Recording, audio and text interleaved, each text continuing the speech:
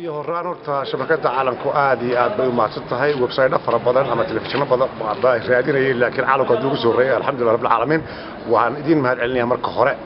marka labaad iyada oo sida bulshada ama loo madadaaliyo ama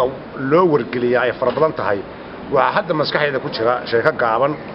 sheekadaasi oo mujtamaca Soomaaliyeed ee hore iyo dambe qosaysa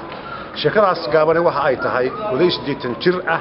oo caruurtiisii dhashay ayaa wuxuu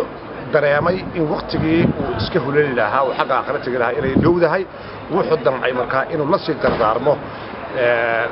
dadkii isaga tafiirtiisa ahaa wuxuu yiri ilma hebelow isu kaalaya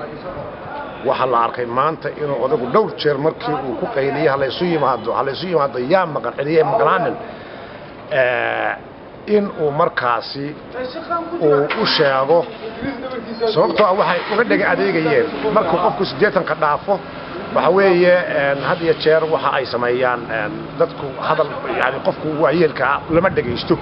laakiin maanta waxa la arkay inuu arrin cusub sheegay wuxuu yiri habeenada kamida oo idin soo mari doona waa ina ogaataan habeenkaasi waa habeen gudcur magangooya ah oo qaalin naafdaradii ay xerada ka soo boodi doonto habeenkaasi qaalinta ayaa laga daba tagay waxa la dabcay in la weydiiyo sababta aan ma garanaysaa looga daba tagaynin qaalintaasi ama ma garanaysaa aan loo soo xerada loogu soo celinaynin hase yeeshee wuu ka jawaabay wuxuu yiri habeenkaasi haddii ay noqoto in aad qaalintaasi ka daba tagtaan oo xerada ku soo celisaan waa in aad diyaarsataan qaanso iyo leeb qaansada iyo leebka oo maqaariya iyo qaansada oo lebi ah waa inaad diyaarsataan sidii buu ku geeriyooday muddo ka bacdi ayaa habeenkii uu odaygu sheegayay soo galay dadkiina waaba iska ilaaweenba ka bacdi qaalinta markay dibadda u soo baxday warsama ka daba booday warsama hadduu ka booday wax yar ka bacdi qaalintii oo qiimo saacada haysa iyo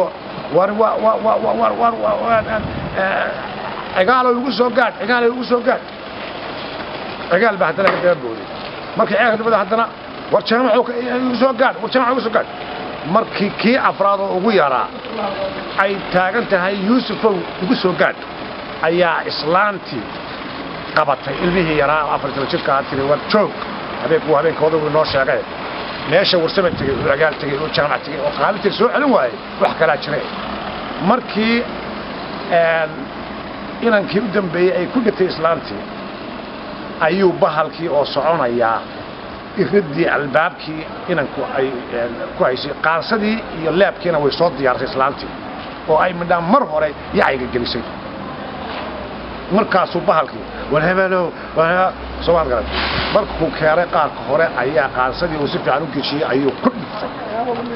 markaas bahalkii baa hadlaya mataladu matala 80 jirba qaansadii lebiba leebku maqaariba sheekadaasi ayaan maanta idinku soo gabagabeynaya Soomaaliya saanta tawqaad. Assalaamu alaykum.